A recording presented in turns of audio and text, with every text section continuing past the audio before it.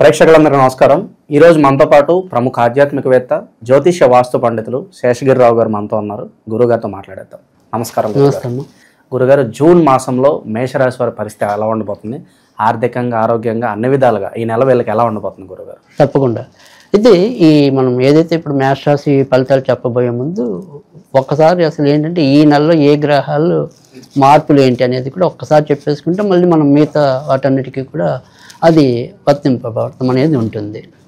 అంటే ఇక్కడ ఏవైతే మనకి ప్రధాన పెద్ద గ్రహాలు ఉంటాయంటే ఈ ఎక్కువ ఒకటే రాశిలో ఎక్కువ నెలలు కానీ లేదా సంవత్సరాలు కానీ ఉండే గ్రహాలు ఏవైతే ఉంటాయో ముఖ్యమైన మూడేమో కిందటి నెలలో మారే గురుడు, రాహు, కేతువు. సో ప్రస్తుతం కేతువు సింహంలో ఉన్నాడు, రాహు కుంభంలో ఉన్నాడు. తర్వాత గురుడు వచ్చేప్పటికీ మన మే నెలలోనే ఆయన కూడా మిథునంలోకి మారాడు. వీళ్ళు ఈ సంవత్సరం అంతా కూడా ఇదే రాశుల్లో కొనసాగుతారు. తర్వాత మనకి ఉగాదికి ముందు రోజే శని కూడా మీనంలోకి రావటం అనేది ఉంది, ఆయన కూడా అక్కడే ఉంటాడు. కానీ ఏవైతే రెగ్యులర్గా మారే గ్రహాలు కానీ ఇప్పుడు అసలు మన గోచారం అంతా కూడా ఎక్కువ శాతం ఈ తొందరగా మారే గ్రహాలు బట్టే ఎక్కువగా ఈ ఫలితాలు ఉండటం అనేది కూడా ఉంటుంది.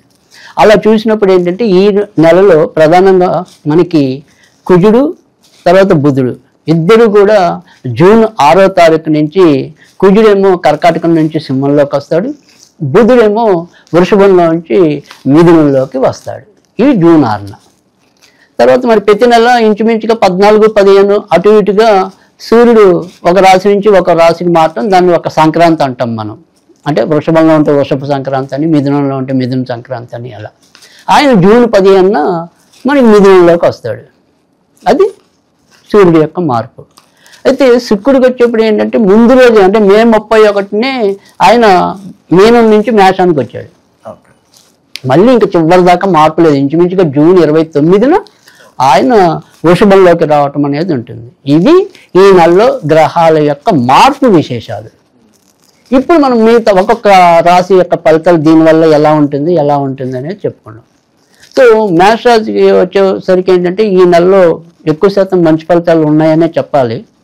ముఖ్యంగా ఏదైతే అంటే వీటి యొక్క ప్రధానంగా మేషరాశిలో ఉండే ఇబ్బంది ఏంటంటే వీళ్ళకి ముందు పని చేసేసి తర్వాత ఆలోచించడం అనేది ఎక్కువ ఉంటుంది. అంటే వాళ్ళకి ఏదైనా సరే ఎక్కువ సేపు అనేది వాయిదా పడకూడదు. లేకపోతే వాళ్ళు నష్టమైన భరించగలరు. అంటే ఒక నిమిషం అయ్యో ఇలా అయిందని బాధపడినా కానీ తొందరగా మళ్ళీ మామూలు ప్రపంచానికి వచ్చేయగలుగుతారు.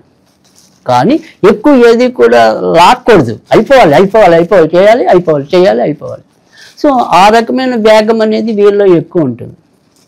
అయితే ఏదైతే ఇప్పుడు వీళ్ళకి ఈ శని అనేది ఇటీవల వీళ్ళకి రావటం అనేది అంటే ఏళ్ళనాడు శని రావటం వల్ల ఏంటంటే పాపం వీళ్ళు అనుకున్నంత వేగంగా పనులు జరగట్లే. సో ఎక్కడో ఏదో రకంగా వాయిదా పడుతూ ఉండటం, తేలిగ్గా అనుకున్నది అది ఏదో రకంగా డ్రాగన్ అవటం, అది వీళ్ళకి ఒక అసహనాన్ని ఇస్తుంది. సో ధనము కూడా ఎలా వస్తుందో ఎలా పోతుందో తెలియని పరిస్థితి ఉంది. కానీ ఇప్పుడు ఈ నెలలో కొద్దిగా వీరికి పనులు అనేది ఏళ్ళని ప్రభావం వల్ల కొద్దిగా అటు ఇటుగా అయినా కానీ చాలా మంచి ఫలితాలు ఉన్నాయి. అంటే ఇక్కడ విజయం సాధించినప్పుడు ఆ విజయం మహత్తర విజయం ఉంది. ఓకే, ఆ ఏమంటే వాయిదా పట్టడం అనుకోండి, కొద్దిగా ఆలస్యం అవటం అనుకోండి, అది ఉన్నప్పటికీ కూడా ఈ నెలంతా చాలా బాగుంది వీళ్ళకి. ఎందుకంటే ఏదైతే మరి రాశ్యాధిపతి నీచ స్థానం నుంచి ఆయన తన మిత్రస్థానమైన సింహంలోకి రావటం అనేది ఉంటుంది. గురుగారు, వీళ్ళకి ఏళ్ళనాటి శని అనేది పూర్తిగా ఇంకా ప్రభావం స్టార్ట్ అవ్వదని చెప్పుకోవచ్చా? అది ఇప్పుడు ప్రస్తుతం అంటే కొద్దిగానే ఉండటం అనేది ఉంటుంది. అదే కాక ఇప్పుడు ఆయన యొక్క బిందువులకి కొద్దిగా అశ్విని నక్షత్రం అనేది కొద్దిగా దగ్గరలో ఉన్నాడు కాబట్టి మనకి భరణి కృత్తికతో పోలిస్తే అశ్విని మీద ఇంకొద్దిగా ఇంపాక్ట్ అనేది ఎక్కువ ఉండొచ్చు. సో కామన్ పాయింట్ అనేది ఏముంటుంది అంటే కనుక జనరల్గా ఇప్పుడు అశ్విని ఉందనుకోండి, సో వాళ్ళు ఏప్రిల్లో అవుతుంది అనుకున్న పని జూన్లోనో జూలైలోనో అవ్వచ్చు. అంటే వాళ్ళకి ఇంకొద్దిగా ఎక్కువసేపు పడుతుంది. సో మిగతా భరణి కృత్తిక అనేది వీళ్ళకి లేట్ ఉంటుంది, కానీ అన్ని నెలలు లేట్ ఉండదు. జస్ట్ ఒక 15 రోజుల్లో 20 రోజుల్లో వాళ్ళ యొక్క పని అయిపోవటం అనేది ఉంటుంది. అయితే ఇక్కడ పని అవ్వటంలోకి వచ్చేప్పటికి ఏంటంటే అది నష్టమా లాభమా అనేది కనుక మనం ప్రశ్నించుకుంటే మళ్ళీ పని అవ్వటం వేరు, ఆ పని తాలూకు ఫలితం అనేది మనకి ఆనందంగా ఉండటం అనేది వేరు. సో అంటే విదేశాలకు నేను వెళ్ళాను, కానీ అక్కడ వెళ్ళాక నాకు యోగిస్తుందా లేదా అనేది ముఖ్యం. సో ఆ రకంగా చూసినప్పుడు ఏంటంటే జూన్ నెల వీరికి అనుకూలకంగా ఉంది. సో అంటే గతం తాలూకు ఏవైతే వీళ్ళు చేస్తున్న పనులు ఇలా పెండింగ్లో ఉన్నాయో కొద్దిగా అక్కడ స్టాగ్నెట్గా ఆగిపోయి ఉన్నాయో అలాంటివన్నీ ఈ నెలలో ముందుకు వస్తాయి. కనుక ఖచ్చితంగా వీరికి ఈ నెలలో ఎక్కువ శాతం అదృష్టాన్ని ఇచ్చే గ్రహస్థితే ఉంది అని కూడా మనం చెప్పుకోవచ్చు. అంటే ఇక్కడ ఏ రకంగా అంటే వ్యాపారస్తులకి వ్యాపారాల లాభాలు పెరుగుతాయి, వృద్ధి చెందుతాయి. తర్వాత ఉద్యోగస్తుల్లో కూడా అనుకోని మార్పులు వచ్చినా కూడా అవి ఆమోదయోగ్యంగా ఉంటాయి. అంటే ఈ మార్పు నాకు మంచిదే అన్నట్టుగా. స్థానచలనం ఉంటుందంటారా గురుగారు? ఈ స్థానచలనం అనేది కొద్దిగా తక్కువే ఉంటుంది. ప్రస్తుతం అయితే వీళ్ళకి మరీ స్థానచలనాలు ఉండవు. ఉంటే గింటే ఏదైనా ఉంటే అది కొంత భరణి నక్షత్రం వాళ్ళకి ఉండడానికి అవకాశాలు ఎక్కువ ఉంటాయి. సో అశ్వినికిను కృత్తికి దాని తాలూకా లక్షణాలు చాలా తక్కువ ఉన్నాయి. ఏదైనా ఉంటే భరణి నక్షత్రం వాళ్ళకి ఉంటుంది. అలాగే ఈ కోపతాపాల్లో కూడా ఒక్క పెసరు శనికావేశం, ఈ శనికావేశం కూడా ఏదైనా ఉంటే భరణి నక్షత్రానికి కొంతవరకు ఇంపాక్ట్ ఎక్కువ చూపించడం అనేది ఉంటుంది. తర్వాత రెండోది వచ్చేప్పటికి ఏంటంటే ఎప్పుడైతే ఇప్పుడు మనకి గత నెల నుంచి అంటే మే 15 యావరేజ్గా అనుకోండి, అక్కడి నుంచి మనకి ఇంచుమించుగా జూన్ 15 వరకు కూడా వీరికి రవి 2వ ఇంట్లో సంచారం చేయటం అనేది ఉంటుంది. సో అందుకని ఇక్కడ 2వ ఇంట్లో సంచారం చేస్తున్నారు కాబట్టి ప్రస్తుతం జూన్ 15 లోపు ఇంకా కొద్దిగా ఎక్కువ పాసిబిలిటీస్ ఉంటాయి. అంటే ఈ స్థానచలనం కానీ, ఎందుకంటే వీళ్ళకి చతుర్థాధిపతి పంచమాధిపతి రవి, అంటే ఇక్కడ చంద్రుడును రవి యొక్క కాంబినేషన్స్లో. సో ఆ రకంగా కొంత గృహాభివృద్ధి, అంటే మనకి రవి ఏమో అభివృద్ధికి సూచితముగా ఉండటం అనేది, చంద్రుడు ఏంటంటే మార్పు ఇవ్వటం అనేది. సో దానివల్ల కొంతవరకు మార్పులు వచ్చినా అవి అభివృద్ధికి బాసట వేసేలాగానే ఉంటాయి, భయపెట్టేలాగా కాకుండా. సో ఆ రకంగా పాసిబిలిటీస్ ఉంటాయి. తర్వాత రెండోది వచ్చేప్పటికి ఏంటంటే కానీ ఎక్కడైతే 2వ ఇంట్లో రవి ఉంటాడో ధన వ్యయం కూడా పెరిగిపోతుంది. అంటే ధనస్థానంలో రవి ఉన్నప్పుడు అది అగ్నిగ్రహం కాబట్టి ఎంత సొమ్ము వచ్చినా ఎందుకు అయిపోతుందో తెలియదు. సో అయిపోవటం అనేది ఎక్కువ ఉంటుంది. తర్వాత రెండోది వచ్చేప్పటికి ఏంటంటే కంటికి సంబంధించిన ఏమైనా సరే కొంత సమస్యలు పెరిగే అవకాశం ఉంటుంది. సో నాకు కన్ను ఏమంటాం కొద్దిగా బాగానే కనిపిస్తుంది అన్నా కానీ కొద్దిగా కళ్ళు ఒకసారి డాక్టర్కి కొద్దిగా చూపించుకోవడం అవసరం. అంటే వీళ్ళకి ఏమవుతుందంటే మ్యాథ్స్ రాసి లక్షణాలు ఇంకో లక్షణం ఏంటంటే వీళ్ళు కొద్దిగా హమ్ బావాలి అనుకోండి, లేదంటే తమకి కాన్ఫిడెన్స్ లెవెల్ ఎక్కువ ఉంటుంది. సో ఈ కాన్ఫిడెన్స్ లెవెల్ ఎక్కువ ఉన్నప్పుడు ఏంటంటే కొద్దిగా నిర్లక్ష్యం అనేది అలాగే వస్తుంది. ఈ వ్యాధి నన్ను ఏం చేస్తుందిలే, ఈ 2 రోజులు ఇలాగే కళ్ళు ఇలా నడుపుతుంటాం కానీ అదేం మళ్ళీ మామూలుగానే సెట్ అయిపోతుందిలే, అలా వాళ్ళే సర్ది చెప్పేసుకుంటారు. కానీ ఒక్కోసారి అది ఇబ్బంది పెట్టచ్చు. సో అందుకని ఒకసారి మామూలుగా పరీక్షకి వెళ్ళినంత మాత్రం నష్టమేం లేదు. బట్ ఆ రకంగా అది కూడా ముఖ్యంగా జూన్ 15 లోపు. సో సాధారణంగా జూన్ 15 దాటాక ఇలాంటివి పెద్ద కనపడవు.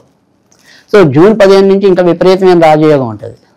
సో అక్కడి నుంచి ఇంకా ఫాస్ట్గా పనులు అవటం అనేది ఒకటి, ఏదైతే వీరు కోరుకుంటున్నారో వారి కోరికలు ఫలించడం అనేది ఒకటి, ఇలాంటివన్నీ కూడా చాలా అద్భుతంగా ముందుకు రావటం అనేది మేష రాశి వారికి కనిపిస్తుంది. ఇంకా వైవాహిక జీవితం ఎలా ఉండిపోతుంది గురుగారు? వైవాహిక జీవితంలో కూడా పెద్దగా ఈ నెల సమస్యలు వచ్చే అవకాశాలు అయితే ఏమీ కనిపించడం లేదు. ఎందుకంటే అన్ని గ్రహాలు కూడా ఇంచుమించుగా వీరికి బాగానే ఉండటం అనేది జరిగింది. సో భార్యాభర్తలు మధ్య సరే చిన్న చిన్న తగాదాలు అంటే అప్పుడు ఆ నిమిషానికి వచ్చి ఆ నిమిషానికే సర్దుబాటు అయిపోయేవి.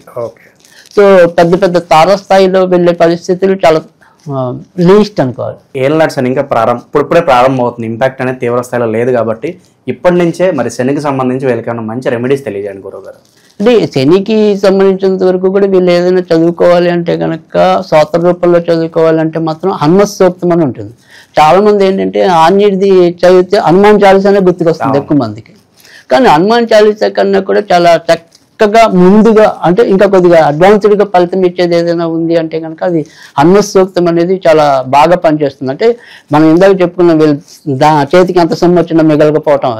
సో ఆ రకంగా ఏంటంటే కొంత ఆర్థికంగా కూడా స్థిరత్వం అంటే నిలుపుదల, సో అది రావడానికి కూడా హనుమత్ సూక్తం అనేది బాగా ఉపయోగపడటం అనేది అయితే ఉంటుంది. అయితే ఏదైనప్పటికీ కూడా ఇంకా తేలిగ్గా అంటే శనివారాలు అప్పుడప్పుడు వెళ్ళి ఆంజనేయ స్వామికి 19 ప్రదక్షిణాలు చేయాలి. అంటే జనరల్గా మనం 9, 11 ప్రదక్షిణాలు చేస్తూ ఉంటాం, అందరికీ అలవాటైన సంఖ్య. కానీ అలా కాకుండా ఇక్కడ మనం 19 ప్రదక్షిణాలు చేసినట్టయితే కనుక ఇంకొద్దిగా మంచి ఫలితం రావడానికి అయితే ఉంటుంది. తర్వాత రెండోది వచ్చేప్పటికి ఏంటంటే ఏదైనా సరే మనం ఇలా దేవుళ్ళతో వాటితో లేకుండా కూడా మనం ఎప్పుడు కూడా ఏదైనా ఒక స్విచ్ పడడం అనుకోండి, ఏదైనా ఒకటి ఇవ్వటం అనేది మనం చేస్తూ ఉంటాం కదా. అది ఈ నెలలో వీళ్ళు బింగో BNGO అది బింగో అనేది కనుక చదువుతూ వస్తే మినిమం 51 సార్లు అయితే కనీసం చదవాలి.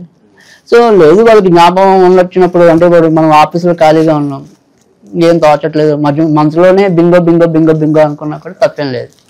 సో ఇదేం దేవుడికి సంబంధించింది కాదు, దీనికి ఇలా పలానా చోటే ఉండి చదవాలని లేదు, నియమనిష్టలు ఏమి లేవు. సో జస్ట్ అలా చదువుకుంటే అదే ఒక శక్తిలాగా ఉపయోగపడటం అనేది ఉంటుంది. సో ఆ రకంగా చేసుకున్నట్టయితే మేష రాశి వారికి ఈ నెల అయితే పర్వాలేదు, మేష రాశికి ఎక్కువ శాతం అదృష్టమనే చెప్పాలి. సో ఓవరాల్గా జూన్ నెలలో మేషరాశి వాళ్ళందరికీ కూడా ఏ విధంగా ఉండబోతుందో, ఎలాంటి జాగ్రత్తలు తీసుకోవాలి, చాలా బాగా వివరించారు గురుగారు. ధన్యవాదాలు గురుగారు.